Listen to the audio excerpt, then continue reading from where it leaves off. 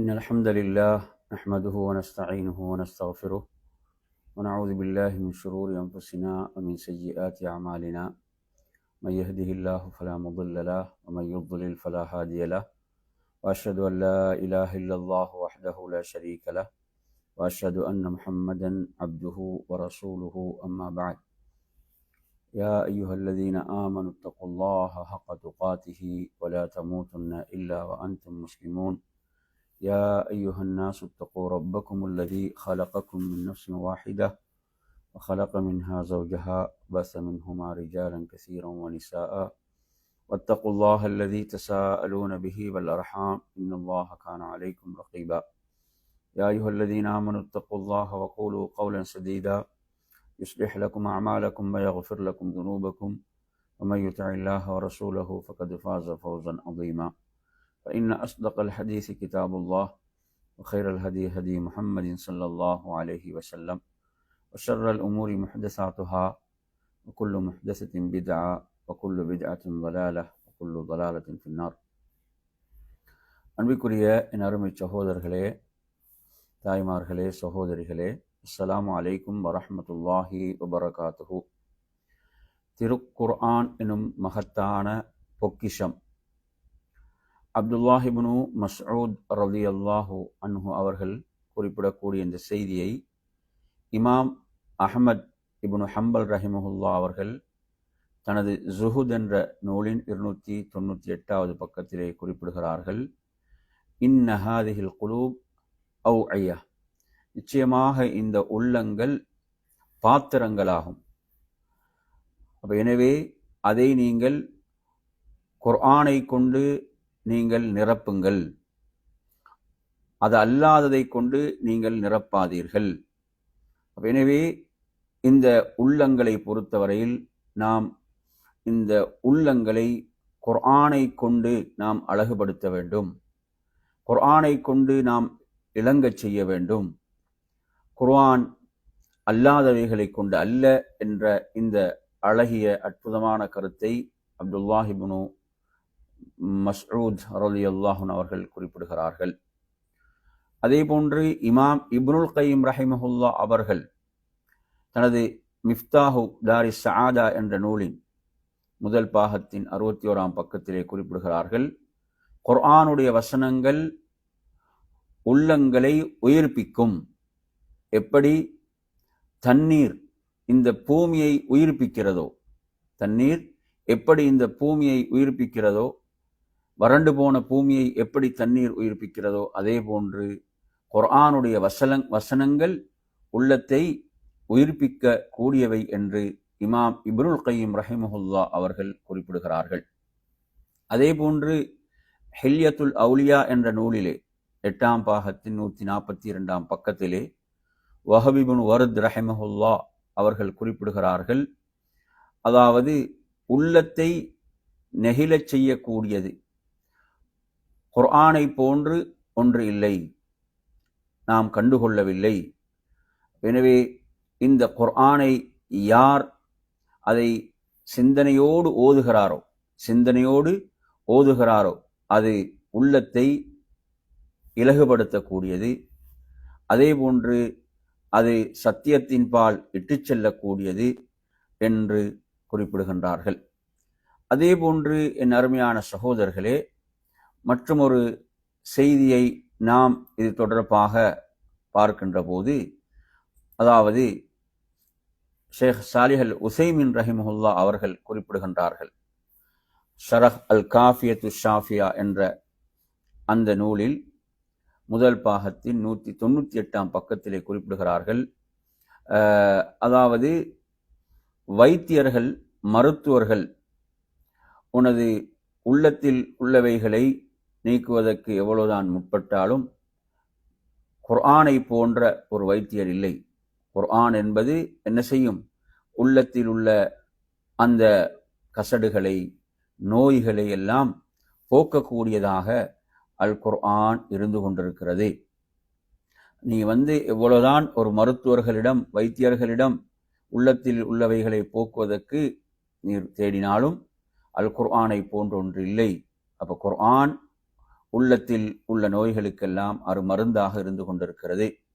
அதே போன்று இமாம் இப்னு ஜௌசி ரஹிமஹுல்லா அவர்கள் அத்தப்சிரா என்ற அந்த நூலின் முதல் பாகத்தின் 79ஆம் பக்கத்திலே குறிப்பிடுகிறார்கள், குர்ஆனை ஓதுதல் இருக்கிறதே அது உள்ளத்துடைய நோய்களுக்கு அது மருந்தாக இருந்து கொண்டிருக்கிறது.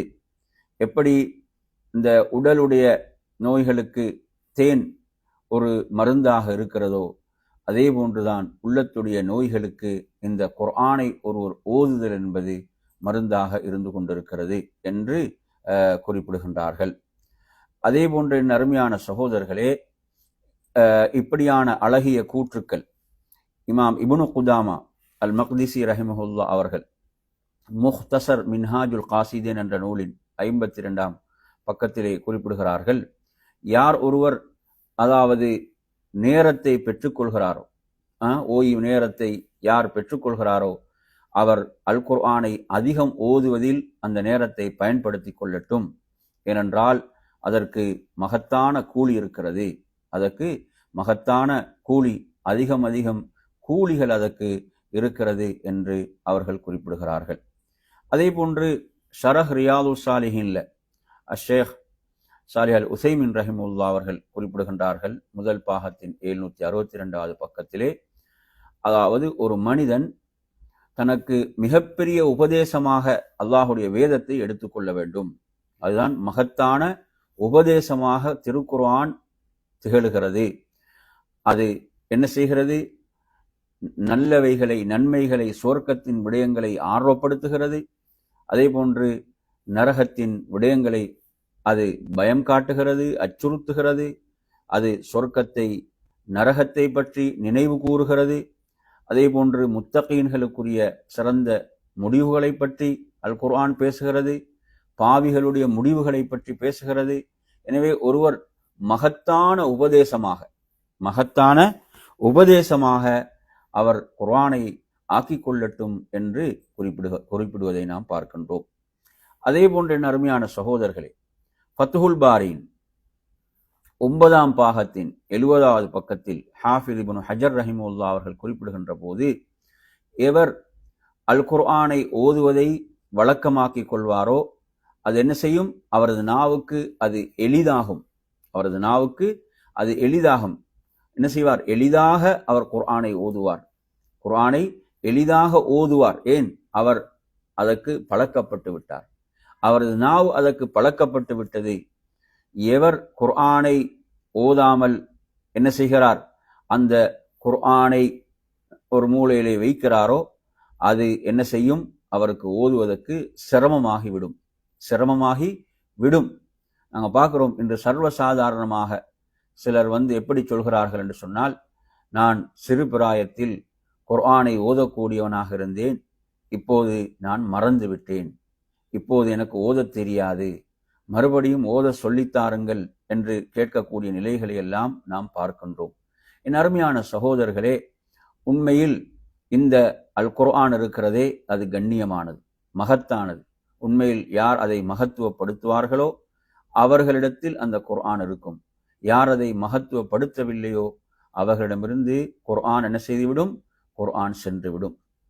எனவே அன்பிற்குரியவர்களே, இன்று நாங்கள் பார்க்கிறோம், கொஞ்சம் நினைத்து பாருங்கள், நமது நாவுகளுக்கு இன்று எது எளிதாக இருக்கிறது? இன்று நாம் ஒவ்வொருவரும் நமது உள்ளத்தை தொட்டு கேட்க வேண்டிய முக்கியமான ஒரு கேள்வி. நமது நாவுகளுக்கு இன்று எது எளிதாக இருக்கிறது?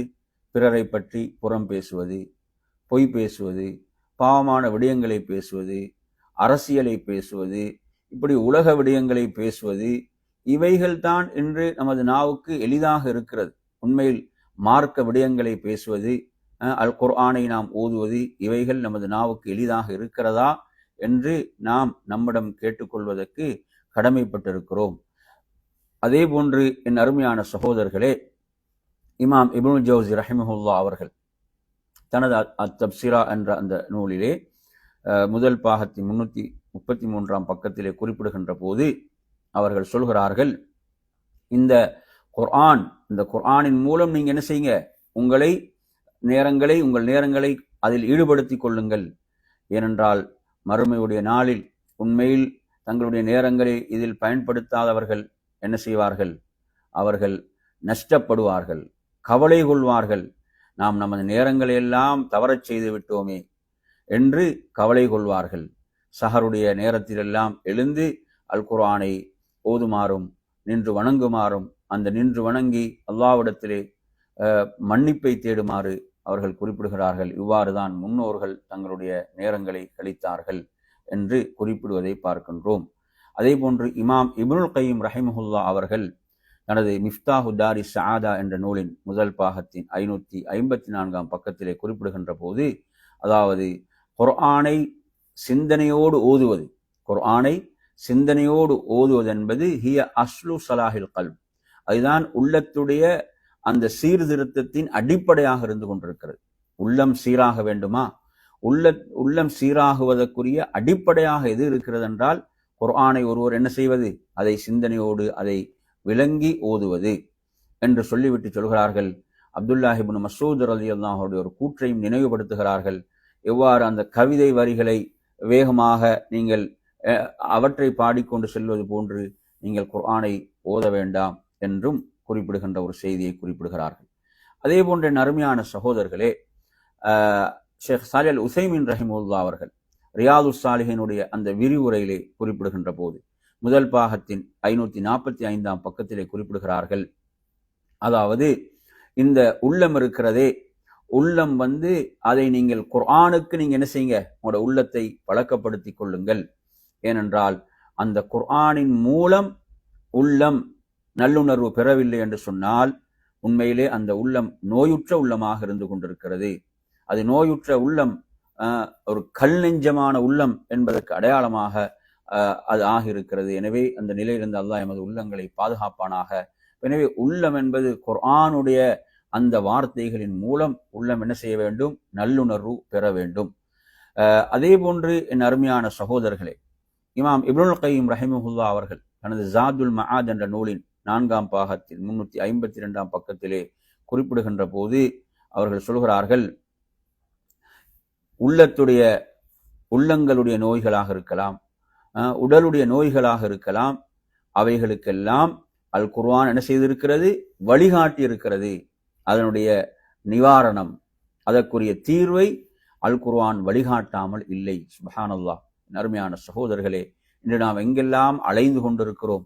எவ்வளவு அற்புதமான கூற்றென்று பாருங்கள். ஒருவருடைய உள்ளம் சார்ந்த நோய்களாக இருக்கலாம், உடல் சார்ந்த நோய்களாக இருக்கலாம், அனைத்துக்கும் அல் குர்ஆன் என்ன செய்திருக்கிறது? வழிகாட்டி இருக்கிறது என்ற அழகிய ஒரு கூற்றை இமாம் இப்னுல் கையிம் ரஹிமஹுல்லாஹ் அவர்கள் குறிப்பிடுகின்றார்கள்.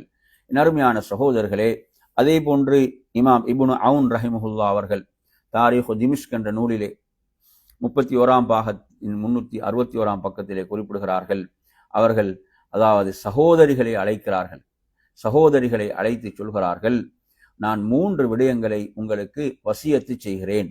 3 விடயங்களை நான் உங்களுக்கு வசியத்து செய்கிறேன், கட்டளையிடுகிறேன். அதில் முதலாவது அல் குர்ஆனை ஓதுவது, 2வது சுன்னாவை பற்றி பிடித்துக் கொள்வது, 3வது மக்களுக்கு தொல்லை தருவதிலிருந்து தங்களை தடுத்துக் கொள்வது என்று இந்த 3 அழகிய வசியத்துக்களை அவர்கள் செய்கிறார்கள்.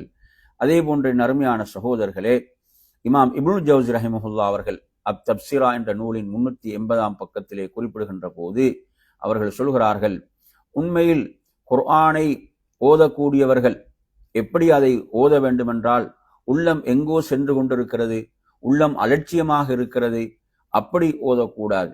மாறாக அந்த குர்ஆன் யாருடைய வார்த்தைகள், அதற்கு வழங்க வேண்டிய அந்த கண்ணியம், அதற்கு வழங்க வேண்டிய அந்த உயர்வு, அவைகளை வழங்கிய நிலையிலே அந்த குர்ஆனை உள்ளத்தோடு, உள்ளம் அதில் இருக்கக்கூடிய நிலையில் அதை ஓத வேண்டும், அவனுடைய அந்த வார்த்தைகளை விளங்க வேண்டும் என்று அவர்கள் குறிப்பிடுகிறார்கள். என சிலர் குர்ஆனை எடுத்து ஓதினாலும் அவருடைய சிந்தனைகள் எல்லாம் குர்ஆனில் கிடையாது, எங்கெங்கோ சென்று கொண்டிருக்கும். ஆனால் அப்படி அல்ல. குர்ஆனை ஓதும் போது நமது உள்ளம் அந்த குர்ஆனிலே இருக்க வேண்டும். என் அருமையான சகோதரர்களே, அல்லாஹுடைய கலாம் வார்த்தைகளை விட சிறந்த ஒன்று வேறு எதுவுமே இல்லை என்பதை நாம் புரிந்து கொள்ள வேண்டும்.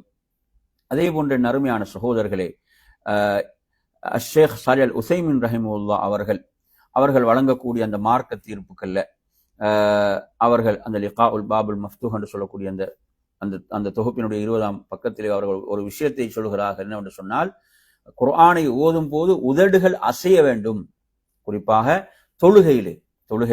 இப்ப சிலர் என்ன செய்யறாங்க, தொழுகையில தக்பீர் கட்டினா அவங்களோட உதடுகள்ல எந்த அசைவும் கிடையாது. அப்படி அல்ல. ஓதுதல் என்பது உதடுகளுடைய அசைவுகள், தனக்கு அது கேட்க வேண்டும். எனவே சும்மா உள்ளத்தால் நினைப்பது ஓதுதலாக மாட்டாது. இப்ப நாங்க பார்க்கிறோம், அல்லாஹ்வுடைய தூதர் சொல்கிறார்கள், யார் சூரத்துல் ஃபாத்திஹாவை ஓதவில்லையோ அவருக்கு தொழுகை கிடையாதுன்றான். எனவே சூரத்துல் ஃபாத்திஹா ஒருவர் ஓதாம, அவர் உதடுகள் அசைந்து அவருக்கு கேட்கக்கூடிய அளவில் அவர் அதை ஓதாமல் உள்ளத்தால் அதை நினைத்து கொண்டிருப்பார் என்றால் அவரது தொழுகை ஏற்றுக்கொள்ளப்பட மாட்டார். தொழுகை இல்லை. அப்போ ஓதப்பட வேண்டும். ஏன்னா நாங்க சிலரை பார்க்கிறோம், அவருடைய தொழுகையில அவங்களோட உதடுகள் அசைவே கிடையாது. ரசூலுல்லாஹ் லுஹர் அசர் போன்ற தொழுகைகள்ல ஓதுவார்கள் என்பதை எப்படி நாம் அறிந்து கொள்வோம் என்று சஹாபாக்கள் சொல்கிறார்கள் என்றால், அவர்களுடைய தாடியுடைய அந்த அசைவு, தாடியுடைய அசைவை வைத்து என்ன செய்வோம், அறிந்து கொள்வோம் என்றெல்லாம் நாம் ரிவாயத்துக்களை பார்க்கின்றோம் என்பதை நாம் இங்கு கவனத்தில் கொள்ள வேண்டிய ஒரு முக்கியமான ஒரு விடயமாக இருந்து கொண்டிருக்கிறது. எனவே நறுமையான சகோதரர்களே, இப்படியான செய்திகள் இமாம் இப்னுல் கையிம் ரஹிமஹுல்லாஹ் அவர்கள் தனது ஜாதுல் மஆத் என்ற நூலிலே குறிப்பிடுகின்ற போது சொல்கிறார்கள், உள்ளத்துக்கு உரிய மிகப்பெரிய நிவாரணியாக அவர்கள் சொல்கிறார்கள் குர்ஆன் தான். உள்ளத்துக்குரிய நோய்களுக்கு மிக பெரும் நிவாரணி, பயனுள்ள நிவாரணி குர்ஆனாகத்தான் இருக்கிறது என்று இமாம் இப்னுல் கையிம் ரஹிமஹுல்லாஹ். இதெல்லாம் அவங்க சொல்றாங்கடா அனுபவபூர்வமாக அதனுடைய பயன்களை கண்டுதான் சொல்கிறார்கள் இல்லையா? இந்த இமாம்கள் இவற்றை சொல்கின்ற போது வெறுமனை வார்த்தைகள் அல்ல, அவர்கள் அதனுடைய பயன்களை தங்களுடைய வாழ்விலே உணர்ந்து அதை ருசித்துத்தான் சொல்கிறார்கள் என்பதை நாம் மறந்துவிடக் கூடாது. நறுமையான சகோதரர்களே, இப்படி எத்தனை செய்திகளை இமாம்களுடைய கூற்றுக்களிலிருந்து நாம் பார்க்கலாம். எனவே நறுமையான சகோதரர்களே, அதே போன்று ஃபதாயிலுல் குர்ஆன் லி அபி உபைத் என்று சொல்லக்கூடிய அந்த அறிஞருடைய ஒரு நூல் 22ஆம் பக்கத்திலே ஹப்பாப் இப்னு அரத் ரலியல்லாஹு அன்ஹு அவர்கள் கூறக்கூடிய ஒரு செய்தியாக அவர்கள் சொல்கிறார்கள், நீங்கள் அல்லாஹ்வுக்கு இயன்றவரை நீங்கள் அல்லாஹ்வுக்கு நெருங்குங்கள். எனவே அல்லாஹ்வுக்கு நெருங்குவதற்குரிய மிக சிறந்ததுதான் அவனுடைய வார்த்தைகள், அவனுடைய கலாம். அதன் மூலம் என்ன செய்யுங்க, அவனிடம் நெருங்குங்கள் என்ற அந்த ஒரு கூற்றை அவர்கள் குறிப்பிடுவதை பார்க்கின்றோம். அதே போன்ற நறுமையான சகோதரர்களே, ஷேக் பின் பாஸ் ரஹிமஹுல்லாஹ் அவர்கள் மஜ்மூஉல் ஃபதாவா 24ஆம் பாகத்தின் 388ஆம் பக்கத்திலே குறிப்பிடுகின்ற போது அவர்கள் சொல்கிறார்கள், உள்ளம் கல் நெஞ்சமாக இருக்கிறதா, உள்ளம் கடுமையாக விட்டதா, அதற்குரிய ஒரு தீர்வாக நிவாரணியாக அவர்கள் சொல்லக்கூடிய விஷயம் என்னவென்றால், அதாவது அல் இனாயத்து பில் குர்ஆனில் கரீம், குர்ஆனில் நீங்கள் மகத்தான குர்ஆனில் கவனம் செலுத்துங்கள். அதை நீங்கள் என்ன செய்யுங்கள், நன்றாக அதை விளங்குங்கள், அதை ஓதுவதை அதிகப்படுத்துங்கள். இவ்வாறு நீங்கள் அல்லாஹ்வை அதிகம் நினைவு கூறுவதோடு இவற்றை செய்கின்ற போது உள்ளம் என்ன செய்யும், உள்ளம் இலக ஆரம்பிக்கும். அந்த கல் நெஞ்சம் என்ற நிலையிலிருந்து அது விடுபடும் என்று அவர்கள் குறிப்பிடுவதை நாம் பார்க்கின்றோம். எனவே நறுமையான சகோதரர்களே, இவ்வாறாக அற்புதமான செய்திகளை அறிஞர்கள் வழங்கியிருக்கிறார்கள். எனவே குர்ஆன் என்பது ஒரு மகத்தான ஒரு பொக்கிஷமாக இருந்து கொண்டிருக்கிறது. அந்த குர்ஆனுடைய சிறப்பை, மகத்துவத்தை நாம் அறிந்து நமது நேரங்களை குர்ஆனுக்கு நாம் அதிகம் கொடுக்க வேண்டும். உஸ்மான் இப்னு அஃபான் ரலியல்லாஹு அன்ஹு அவர்கள் கூறக்கூடிய ஒரு செய்தி, ஃபதாயிலு ஸஹாபா என்ற நூலிலே, அது இமாம் அஹ்மத் இப்னு ஹம்பல் ரஹிமஹுல்லாஹுக்குரிய அந்த நூலின் 775ஆம் பக்கத்திலே அவர்கள் ஒரு விஷயத்தை சொல்கிறார்கள். அதாவது உஸ்மான் இப்னு அஃபான் ரலியல்லாஹு அன்ஹு கூறக்கூடிய ஒரு செய்தி, லவ் தஹுரத் குலூபுக்கும் மா ஷபிஅத் மின் கலாமில்லாஹி அஸ்ஸ வஜல், உங்களுடைய உள்ளங்கள் தூய்மையாகி விடுமாக இருந்தால் நீங்கள் அல்லாஹுடைய வார்த்தைகளின் மூலமாக நிறைவு பெற மாட்டீர்கள். உள்ளம் தூய்மை அடைந்து விட்டால் இன்னும் குர்ஆனை ஓத வேண்டும் என்ற அந்த குர்ஆனோடு தொடர்பை அதிகப்படுத்த வேண்டும் என்ற ஆசைதான் உங்களுக்கு அதிகரிக்கும். உங்களுடைய உள்ளங்கள் தூய்மை அடைந்து விடுகின்ற போது, பரிசுத்தம் அடைந்து விடுகின்ற போது என்று அவர்கள் குறிப்பிடக்கூடிய ஒரு செய்தியை என்ன செய்கிறாங்க, அவர்கள் தனது நூலிலே குறிப்பிடுவதை பார்க்கின்றோம். எனவே நறுமையான சகோதரர்களே, அதே போன்று அப்துல்லாஹ் இப்னு மஸ்ஊத் ரலியல்லாஹு அன்ஹு மற்றும் ஒரு கூற்றை பாருங்கள். இது இமாம் இப்னுல் முபாரக், அப்துல்லாஹ் இப்னு முபாரக் ரஹிமஹுல்லாஹுடைய அஸ்-ஸுஹுத் என்ற நூலின் 2ஆம் பாகத்தின் 57ஆம் பக்கத்திலே வரக்கூடிய ஒரு செய்தி. அதாவது அல் குர்ஆனை மரணமிடுவது என்பது வெறுமனே அதனுடைய எழுத்துக்களை மரணமிடுவது மாத்திரமல்ல, மாறாக அதனுடைய சட்டதிட்டங்களை செயல்படுத்த வேண்டும், வரம்புகளிலே நிற்க வேண்டும் என்று அவர்கள் குறிப்பிடுகிறார்கள். எனவே அல் குர்ஆனை மரணமிடுவது என்பது என்ன? அதனுடைய அந்த எழுத்துக்களை மரணமிடுவதோடு மாத்திரமல்ல, அதை என்ன செய்ய வேண்டும்? அதை விளங்க வேண்டும், அதை செயல்படுத்த வேண்டும், அதனுடைய வரம்புகளில் நிற்க வேண்டும் என்ற அந்த கருத்தை குறிப்பிடுகின்றார்கள். எனவே அருமையான சகோதரர்களே, இமாம் இப்னுல் கையம் ரஹிமஹுல்லாஹ் அவர்கள் ஹாதில் அர்வாஹ் என்ற நூலின் முதல் பாகத்தின் 68ஆம் பக்கத்திலே குறிப்பிடுகிறார்கள், மிஃப்தாஹு ஹயாத்தில் கல்ப், அதாவது உள்ளம் உயிர் வாழ்வதற்குரிய சாவி, உள்ளம் உயிர் வாழ்வதற்கான, உள்ளம் உயிரோடு இருக்கிறது, அதற்குரிய சாவியாக, திறவுகோலாக இமாம் இப்னுல் கையம் ரஹிமஹுல்லாஹ் சொல்கிறார்கள், ததப்புருல் குர்ஆன், குர்ஆனை என்ன செய்ய வேண்டும்? அதை சிந்திக்க வேண்டும், குர்ஆனை சிந்திக்க வேண்டும். அடுத்தது வத்ததர்ரு பில் அஸ்ஹார், சஹருடைய நேரத்திலே எழும்பி என்ன செய்ய வேண்டும்? பிரார்த்திக்க வேண்டும், உளமுருகி அல்லாஹ்விடத்திலே ஒருவர் பணிந்து அல்லாஹ்விடத்திலே பிரார்த்திக்க வேண்டும். மூன்றாவது சொல்கிறார்கள் வதர்கு துனூப், பாவங்களை விடுதல். இந்த 3 விடயங்களையும் அவர் சொல்கிறார் உள்ளம் உயிர் வாழ்வதற்கான சாவிகளாக சொல்கிறார். ஒன்று என்ன? குர்ஆனை விளங்குதல், அதை சிந்தித்தல். இரண்டாவது, சஹருடைய நேரத்திலே ஒருவர் அல்லாஹ்வுக்கு முன்னால் உளமுருகி அல்லாஹ்விடத்திலே பணிந்து பிரார்த்தித்தல், அதே போன்று பாவங்களை விட்டுவிடுதல் என்று குறிப்பிடுவதை நாம் பார்க்கின்றோம். என் அருமையான சகோதரர்களே, இவ்வாறாக அறிஞர்கள் அழகிய கூற்றுக்களை சொல்கிறார்கள் என்றால் அவர்கள் வெறுமனே கூற்றுக்களாக அவர்கள் சொல்லவில்லை, மாறாக தங்களுடைய வாழ்வில் இந்த இன்பங்களை எல்லாம் அனுபவித்துத்தான் சொல்கிறார்கள், இந்த இன்பங்களை கண்டுதான் சொல்கிறார்கள்.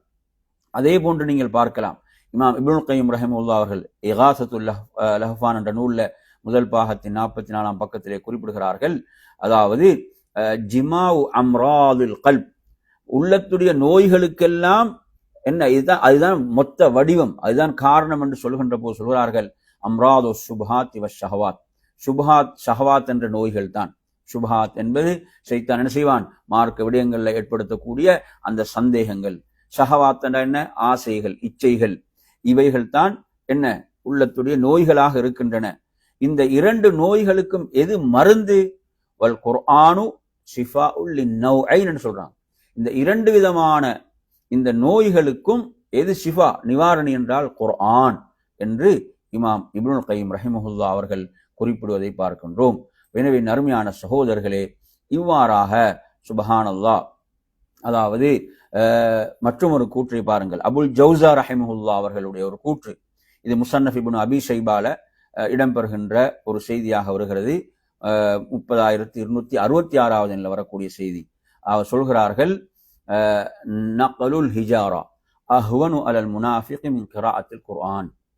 முனாஃபிக் நயவஞ்சகன் இருக்கிறானே, அவனுக்கு எது? ஒரு கல்லை ஒரு இடத்திலிருந்து இன்னொரு இடத்துக்கு சுமந்து செல்வது என்பது அவனுக்கு என்ன செய்யும்? எளிதாக இருக்கும், குர்ஆனை ஓதுவதை விட. பாருங்க, இந்த கூற்று என்ன? நாம் ஒவ்வொருவரும் நமது நிலையை சுய விசாரணை செய்து கொள்ள வேண்டும். இன்னைக்கு என்ன செய்யறாங்க?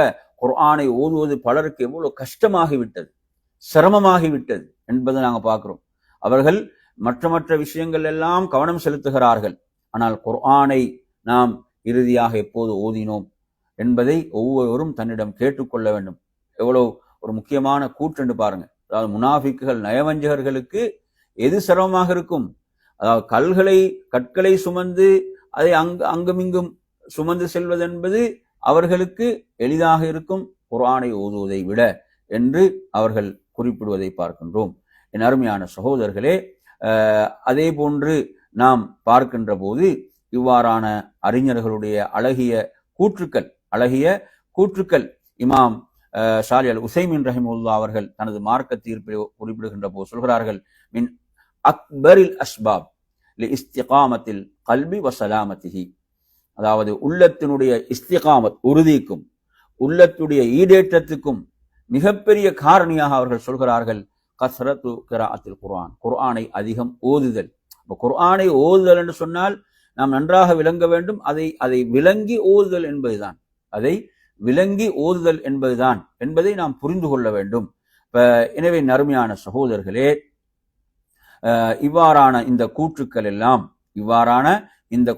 எல்லாம் நமக்கு இந்த குர்ஆனுடைய மகத்துவம், நாம் குர்ஆனோடு எப்படியான ஒரு தொடர்பில் இருக்கிறோம் என்பதை நாம் ஒரு பரிசீலனை செய்து கொள்வதற்கு, நம்மை நாம் பரிசோதனை செய்து கொள்வதற்கு இமாம் இப்னு ரஜப் ரஹிமஹுல்லாஹ் அவர்கள் சொல்கிறார்கள், மின் அஅஸமி மா யஹ்ஸுலு பிஹி மஹப்பத்துல்லாஹி தஆலா, ஒருவர் அல்லாஹுடைய மஹப்பத்தை, நேசத்தை அடைந்து கொள்வதற்குரிய மகத்தான விஷயங்களில் உள்ளதாக அவர்கள் சொல்கிறார்கள். என்னவென்று சொன்னால், அதாவது உபரியான தொழுகைகள்ல குர்ஆனை என்ன செய்வது, அதை விளங்கி ஓதுதல். இப்ப நாங்கள் ஃபர்லான தொழுகையில ஓதுவோம். ஃபர்லான தொழுகை என்பது ஒரு குறிப்பிட்ட அளவுதான். ஆனால் இரவு தொழுகைகள் என்று சொல்கின்ற போது அதை நீளமான ரக்காத்துகளாக தொழ முடியும். எனவே அதில் ஒருவர் என்ன செய்வது, குர்ஆனை ஒரு சிந்தனையோடு அதை விளக்கத்தோடு ஓதுவது இருக்கிறதே, அது அல்லாஹுடைய அந்த மஹப்பத்தை பெற்று தருகின்ற விடயங்களில் மகத்தானதாக அவர்கள் குறிப்பிடுகிறார்கள்.